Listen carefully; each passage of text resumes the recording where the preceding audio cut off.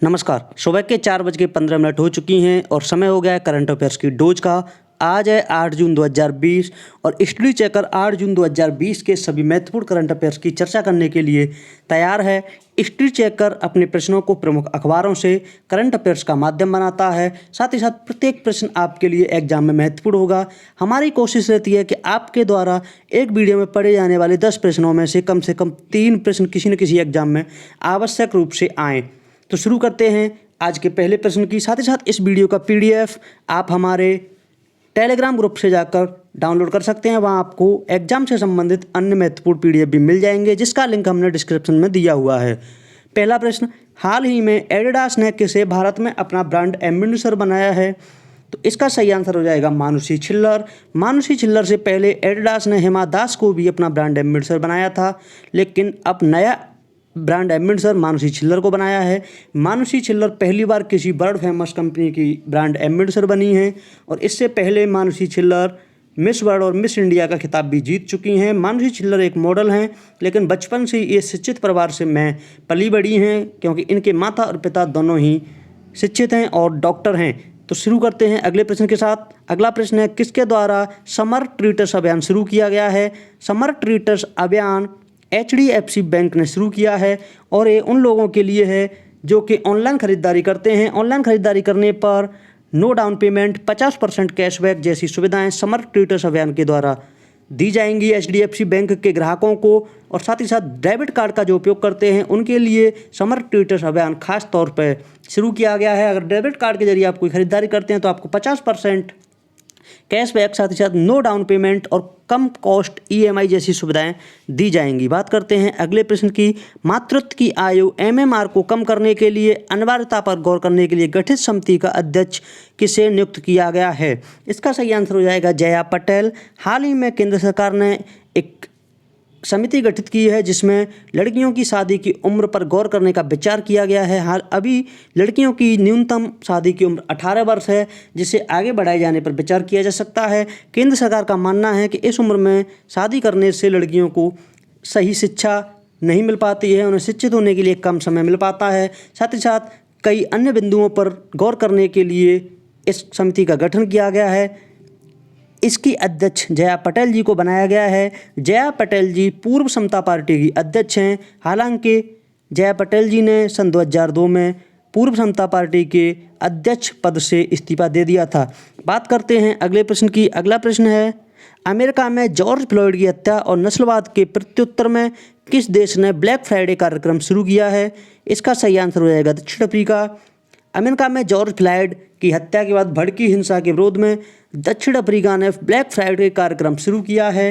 हाल ही में George Floyd की हत्या एक पुलिसकर्मी द्वारा की गई थी, जिसके विरोध में अमेरिका के 140 से ज़्यादा शहरों में हिंसा फैल गई है और कई शहरों में कर्फ्यू लगा हुआ है। स्थिति यहाँ तक बिगड़ गई थी कि अमेरिका के राष्ट्रपति को कुछ समय के लिए बंकर में ले जाना पड़ा था और इसी के तहत दक्षिण अफ्रीका ने ब्लैक फ्राइडे कार्यक्रम शुरू किया है।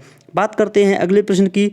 ऊर्जा दक्षता, नवीनीकरण ऊर्जा और स्थिरता को बढ़ावा देने के लिए बिजली मंत्रालय ने किस पहल की शुरुआत की है? तो इसका सही आंसर हो जाएगा आई कमिट पहल की शुरुआत बिजली मंत्रालय द्वारा की गई है।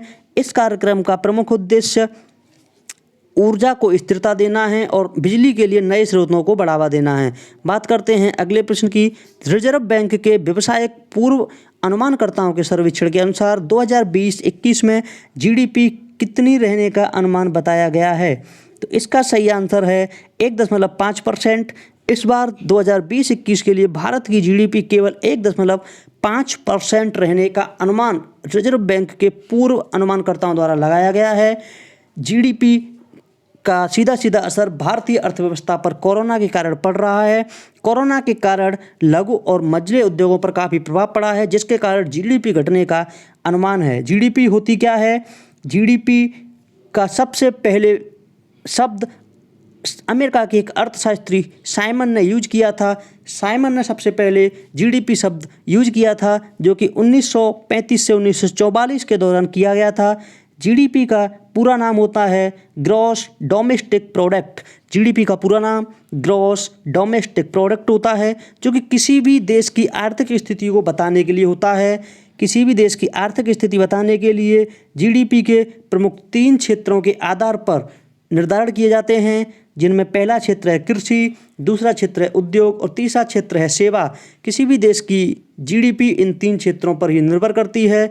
यदि इन 3 क्षेत्रों में इजाफा होता है तो जीडीपी की दर बढ़ जाती है, वहीं कृषि, सेवा और उद्योग में अगर इजाफा की बजाय नुकसान होता है तो जीडीपी का स्तर घट जाता है। इसी के तहत इस बार रिजर्व बैंक ने भारत की जीडीपी 1.5% रहने का अनुमान जताया है। अगला प्रश्न है, वाहन मित्र योजना किस राज्य की पहल है? तो इसका सही आंसर हो जाएगा आंध्र प्रदेश। आंध्र प्रदेश द्वारा वाहन मित्र योजना की शुरुआत की है। आंध्र प्रदेश के मुख्यमंत्री वाई.एस. जगन मोहन रेड्डी ने बताया कि इस योजना के तहत प्रत्येक उन लोगों को जो कि वाहन चालक, टैक्सी, ऑटो और कैब चलाते हैं उनको 10,000 रुपये की सुविधा दी जाएगी और ये 10,000 रुपये 5 वर्ष तक लगातार प्रति वर्ष के आधार पर दिए जाएंगे और इस तरह उन्हें 50,000 रुपये की सुविधा दी जाएगी और ये सीधे सीधे लाभार्थी के खाते में भेजे जाएंगे। लेकिन इस सुविधा का लाभ वही व्यक्ति उठा सकते हैं जो ऑटो, टैक्सी और मैक्सी कैब चलाते हैं।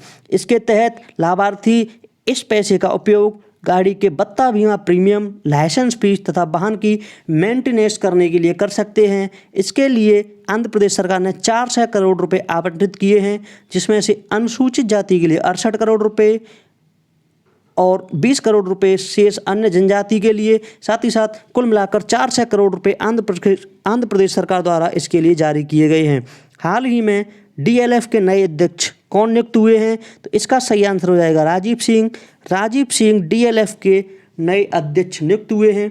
अगर किसी प्रश्न में 3 एक जैसे नाम होते हैं तो आपको उत्तर पर टिक लगाने से पहले सावधानी बरतने की जरूरत है। इसीलिए यहाँ पे 3 एक तरह के नाम रखे गए हैं कि आप जल्दबाजी में राजीव और राजीव देखकर अगर राजीव शुक्ला पर क्रॉस लगाते हैं तो वो प्रश्न पूरी तरह से गलत हो जाएगा। इसलिए ध्यानपूर्वक किसी भी ऑप्शन को पढ़िएगा। अगर ऑप्शन 1 से लगते हैं तो डीएलएफ के नए अध्यक्ष नियुक्त हुए हैं राजीव सिंह। राजीव सिंह ने कुशल पाल सिंह का स्थान लिया है। कुशल पाल सिंह इससे पहले डीएलएफ के अध्यक्ष थे। डीएलएफ एक फाइनेंस लिमिटेड कंपनी है। बात करते हैं अगले प्रश्न की। अगला प्रश्न, संयुक्त राष्ट्र रूसी भाषा दिवस कब मनाया जाता है? तो इसका सही आंसर हो जाएगा 6 जून। 6 जून को संयुक्त राष्ट्र रूसी भाषा दिवस मनाया जाता है, जिसमें अरबी, रूसी, स्पेनिश, चीनी, अंग्रेजी और फ्रेंच में से प्रत्येक भाषा के इतिहास, संस्कृति और विकास के बारे में जागरूकता फैलाने के लिए संयुक्त राष्ट्र रूसी भाषा दिवस मनाया जाता है, जो कि 6 जून को मनाया जाता है, जो महान रूसी कवि A.S. पुष्किन के जन्मदिन पर मनाया जाता है। 6 जून को संयुक्त राष्ट्र रूसी भाषा दिवस के दिन रूसी भाषा के महान रूसी कवि A.S. पुष्किन का जन्मदिन भी होता है। बात करते हैं अगले प्रश्न की। रोमानिया में भारत के अगले राजदूत कौन होंगे? इसका सही आंसर हो जाता है राहुल श्रीवास्तव। राहुल श्रीवास्तव को रोमानिया में भारत का अगला राजदूत नियुक्त किया गया है, जो कि राष्ट्रीय प्रौद्योगिकी संस्थान के पूर्व छात्र रहे हैं।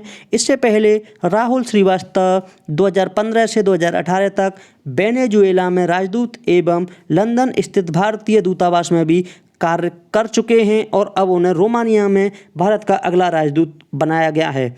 कल मैंने आपसे एक प्रश्न पूछा था, भारतीय संविधान में नागरिकता के प्रावधान कब से लागू हुए? तो इसका सही आंसर हो जाता है 1950। 1950 में नागरिकता के प्रावधान भारतीय संविधान में लागू हुए।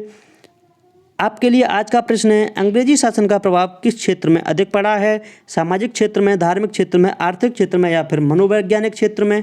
अगर आप इस वीडियो पर पहली बार आए हैं तो चैनल को सब्सक्राइब कीजिए। चैनल पर आने वाले प्रत्येक प्रश्न आपके लिए महत्वपूर्ण होता है।